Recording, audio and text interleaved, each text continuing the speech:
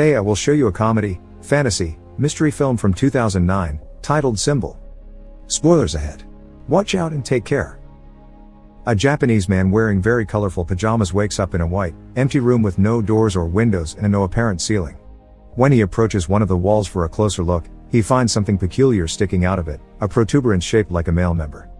After poking it a couple of times, he presses the tip, which causes hundreds of giggling baby angels to come out of the floor and walls, staying there only for a couple of seconds before they go back the way they come. One thing they leave behind, however, now all their members are sticking out of the wall and floor. This is the phase known as learning.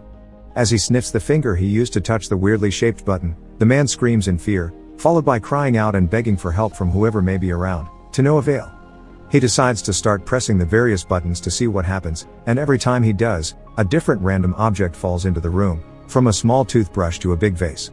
By pressing the same button again, he is given the same object, and that's how his testing of this concept on one particular button gives him a big pile of chopsticks. His amusement is short-lived, however, when he presses the button next to the chopstick one and a small cart comes out of the wall and hits him on the legs.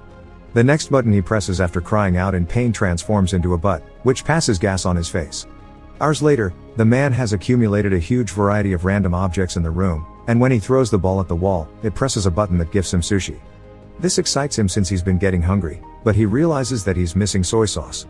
He asks his captors for it, but as always, he gets no answer, so he repeatedly presses one of the buttons until he has a bunch of sushi in front of him but still no sauce. Giving up, the man proceeds to eat the sushi, which he finds rather delicious, and once he's finished the last piece, he presses the button for more, getting furious when a bottle of soy sauce finally shows up. After angrily pushing the bottle out of the way, he presses a different button and gets a pair of old school 3D glasses. When he puts them on, he manages to see a baby angel pointing at his member, and the man gets happy because he thinks he may have found the answer. However, after pressing that particular button, all he gets is a countdown and a giant butt appearing from above to pass gas on top of him. Some hours later, he's read 5 volumes of a manga that he finds very entertaining, but when he presses a button to get the 6th, he gets the 7th instead. Frustrated, he starts trying other buttons, which give him 8 and 9 but still no 6. The last button he tries, though, has an important surprise for him. It opens a section of the wall that hides a door behind it. The man celebrates this discovery, but in his excitement, he loses track of which button is the one that opens the exit. He tries one at random and shockingly sees an African tribesman run from wall to wall. The next one makes water fall on his head. The third one turns out to be the one he needs, and as soon as the wall opens, he runs to it, only to see it close on his face. His second try ends the same way, and it's then he realizes that the door stays open as long as the member tip is down, so he starts trying out different ways to achieve it. First, he goes for a runner position, pressing it with his foot. Next, he hits it with a fly swatter from as far as possible, hoping the distance will make a difference in his running time. None of these work, and neither do pulling it with a jumping rope or hitting it with the air sent by a fan. His following plan is to get on the cart and push it after pressing the button, but after a few tries, he comes to accept he simply can't control it. What he needs to do is find a way to keep the button tip down. He puts the huge vase on top of it, but the button manages to stick back up again, so the man reaches the conclusion that he needs to fill the vase to make it heavier. First, he tries the water button, but it's pointless. No matter how hard he tries to redirect the water, it only falls on him and nowhere else. His next attempt involves filling the vase with sushi, but it becomes so heavy he can't even pick it up. The neck of the vase is also too narrow for his hand to go through, so the man has no other choice but to use chopsticks and remove a bunch of sushi piece by piece. Moments later, once he's removed enough, he manages to barely pick up the vase, so he does exactly that and takes it closer to the buttons. When he gets there, he finds himself having to put down the vase on the floor because he has lost which button it was again, and when he tries one, the African tribesman comes out and accidentally bumps into the base, causing it to crack and break in half. This sends the man over the edge, who, as he freaks out and yells nonstop, finds the right button and begins covering it with sushi. This, of course, doesn't work either, and the little member pops up among the rice. Then the man tries covering the button with tape, followed by tape plus a steel plate, but nothing works.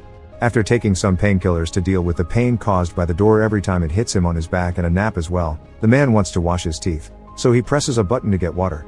It was the wrong button though, and this one reveals a rope falling from the ceiling. This instantly improves his mood because it gives him an idea for a new plan. He opens the door, then uses the rope to swing himself across the room and make it before the door closes. Sadly, when he tries to open the door behind the fake wall, he discovers it's locked.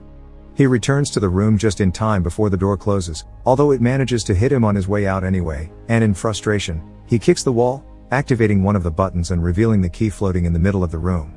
Like it happens with the door though, it goes away when the button perks out again, so the man must find a way to keep both the key in the room and the door open.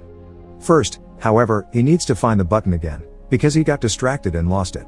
By observing more or less where his foot would have landed when he kicked the wall, he chooses a button only to get a dog coming out of the wall to bark at him. The same happens with the next button, but luckily, the third try is successful. While keeping his eyes and a pointing hand at the button, the man walks backward and grabs a piece of sushi fish that he takes back to the wall to mark the right button with. When he presses it, however, the dog comes out again. This time he finds the button faster and proceeds with his plan. He makes the rope appear and swings on it to reach the different buttons, but it is still enough.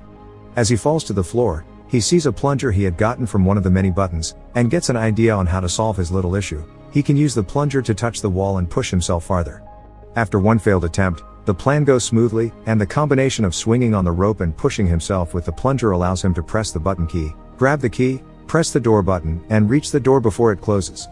He wastes no time and inserts the key in the lock, quickly turning it, but when he tries to open the door, he finds a nasty surprise. It also has a separate lock on the top that requires 3 numbers to open it. The man rushes out, getting hit by the door as it closes, and in frustration, he throws the plunger at the opposite wall, activating the button that releases the African tribesman. As he watches him walk by, he realizes something. There are 3 numbers painted on his forehead, which must be the combination he needs. Since the time behind the door is limited, the man goes through the process of doing the whole swinging on the rope and jumping deal 3 times, 1 for each number to be put in. The third time, he stays there and opens the door, which is a bit stuck and he has to push extra hard to open it. When he finally manages to do so, the piece of wall behind him closes, leaving him trapped and without enough room to finish opening the door. Devastated, the man sits on the floor and starts crying, remembering all the fun he had with the objects he had gotten from the buttons. He had been locked there too, but at least he had room to move and entertainment, and now he realizes he didn't appreciate what he had while he could. Suddenly, he feels a breeze on his face coming from the left wall. As soon as he touches it, he finds a crack that indicates it's a fake. He wastes no time and pushes the panel open before running out of there, soon reaching a mysterious hallway floating in a pitch-black area. It feels like he spends an eternity running towards an exit, and when he finally makes it to a room, his hair is longer and the colors of his pajama have faded. This room is also empty and the door he uses closes as soon as he enters, but instead of baby angels, here there are adult ones, who also disappear into the wall and only leave out their members to be used as buttons. This is the phase known as practice. Meanwhile, in a city in Mexico, little Antonio's family is worried because the father, a wrestler known as Escargot Man, is behaving more taciturnly than usual. His wife thinks it may be because this next opponent is much younger than him, but the grandfather points out that what matters is experience, not youth. Escargot Man is picked up by his daughter's sister Karen on her truck and she drives him to the wrestling ring so he can start getting ready early, which includes changing clothes and praying to the Virgin. At school, Antonio is being bullied by his classmates for betting on Escargot Man, calling him a weak loser. As the time for the match to start approaches, Sister Karen takes her van again and picks up Antonio and their grandfather to take them to see Escargot Man in action. Karen doesn't stay though, and Antonio and his grandfather find some of the last seats for themselves right before the show begins. The first team that enters the ring are the Northern Tough Ones, formed by Super Demon and Tequila Joe. Then Escargot Man and his partner Silver Eagle come in under the team name Kiss Me A Lot. Silver Eagle is the first one to fight for his team with a brilliant beginning, but he's soon overpowered when the Northern Tough Ones fight him together instead of one-on-one. They keep gesturing at Escargot Man, asking him to join the fight, but he refuses to do so until Silver Eagle pulls a trick to make Super Demon and Tequila Joe hit each other, allowing him to escape. Escargot Man is quickly overpowered as well. But just when his opponent is about to hit him with a chair, the man in the mysterious room presses a member button and causes Escargot Man to magically extend his neck and knock out both opponents with a hit of his head.